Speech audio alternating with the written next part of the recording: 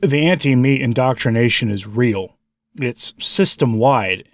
Every level of the culture at this point seems increasingly hostile to meat. Even the companies that built themselves on cooking tasty, hyper-palatable meat products are experimenting with fake meat, even though the public doesn't want it. And so those who are the activists for all things green and who are activists with a vegan ideological bent have decided in their infinite wisdom to try to essentially scare people. That's not new. We hear all this rhetoric about green issues in general and what I have to call on this platform the thermometer problem. They have traditionally used that to try to coerce people through emotional manipulation to stop eating meat. It hasn't really worked either, because I think at a deep level, people are generally suspicious of the subject.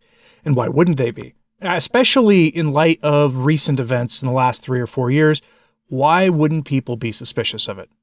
We were given by very similar kinds of experts a lot of assurances about recent problems, we'll say, and it turned out to be mostly nonsense. So why would we believe them on other things when apparently the science that we are told to trust isn't that trustworthy? But their attempts are going to ramp up very soon, and we get this story from Time magazine, who runs this headline: "What happens when diners are shown green temperature warning labels on meat dishes?" What happens indeed?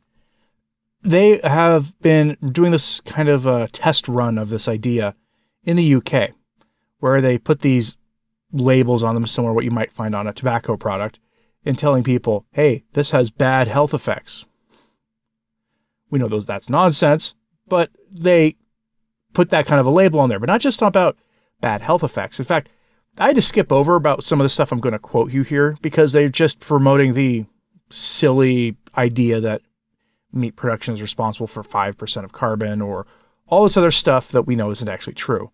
And then they also repeat this nonsense about how consuming meat leads to obesity. And it's not the consumption of meat. It's probably the Randall cycle, where you're consuming fat with carbohydrates that leads in some process or another that is currently being debated by the actual open-minded and honest brokers in the scientific community, leads to weight gain in through some mechanism or another. That's being debated right now, and I'd like to think the carnivore community is the reason they're even taking this issue up.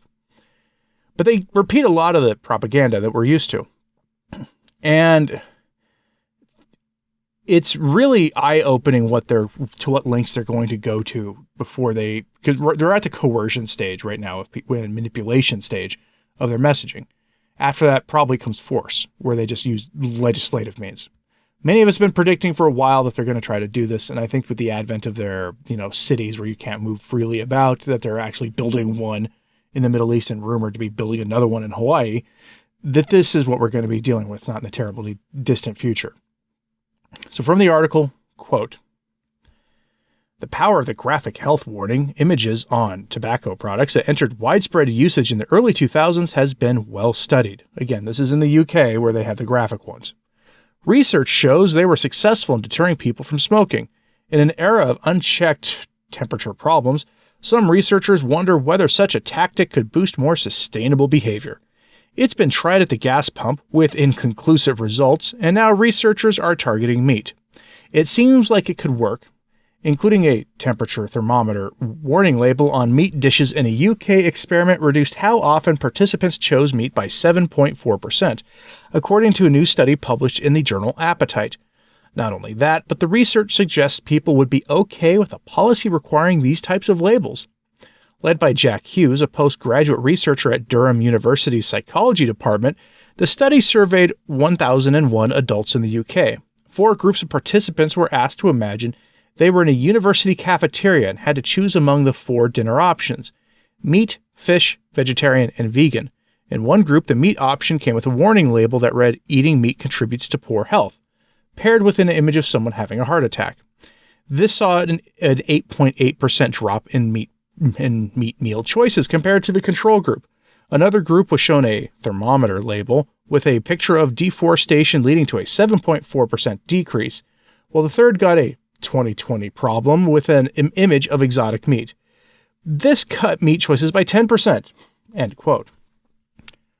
I strongly suspect the study was done at a university with university students, because the typical person's not going to be moved by imagining that they're at a university cafeteria. That wouldn't make a whole lot of sense. But if you're asking 1,001 university students to picture that they are standing in a university cafeteria, there you're going to have your options. And do I need to tell you, remind you of the bias of college students in general, that they are in an environment where they're constantly having these ideas hammered into their heads, and that people go in to college thinking one way and they come out with their worldview skewed into a different direction in quite a large number of cases. And while things tend to readjust mostly back to where they were eventually when they leave college, they do for a time believe this stuff. So again, take the study with a grain of salt, but policymakers will look at it, not critically think about the policy or the study they're being presented, and then they'll try to come up with some policy decisions based on it. Like this, quote, "The appetite study is the second of its kind to research the impact of thermometer warning labels on meat. In a 2021 study, researchers conducted a similar test in the U.S., but with text-only warnings on pre-made grocery store meat meals. They didn't find any significant impact of these labels. The difference between the two studies could be due to a cultural difference across the countries, or it could be due to who you're actually asking the question of. But the success of the UK study compared to the one in the US could also be chalked up to the inclusion of images alongside text. In addition, the UK researchers note their version included a scientific reference to the source of information. In this case, various, we'll call them system-approved health and environment authorities that are frankly questionable at best, which may have bolstered the label's effectiveness and credibility." End quote. Especially if you're asking college students, which is, I think, what they were doing here. But they want to put graphic warning labels on meat, not just in the UK, but there in the United States too. And, well, the tobacco industry has been very good at fighting against those. They've been very effective anyway. I don't know if good's the right word, but they've been effective at fighting against those kind of labels in America. But the meat lobby doesn't have that much power, at least not at the federal level. Maybe at the state level, depending where you are. But our opponents the people who oppose the proper human diet discussion at all, like to tell us the meat industry is hyper powerful and hyper wealthy, and that's just not true. They don't have the power that they are reported to have. Our lives might be easier if they did, although, again, I'm not a fan in general of lobbyist groups as a general rule, but there are odd bedfellows and fellow travelers in this quest for the proper human diet. After all, they represent people, in theory anyway, who are supposed to be providing us the meat that we consume every day as our diets. Are you prepared for these warning labels? Are you prepared to resist them when they come or laugh at them? Let me know in the comments, please. Let me know what you think about this. And like and subscribe if you haven't. It does help. As does sharing this on social media. That helps too.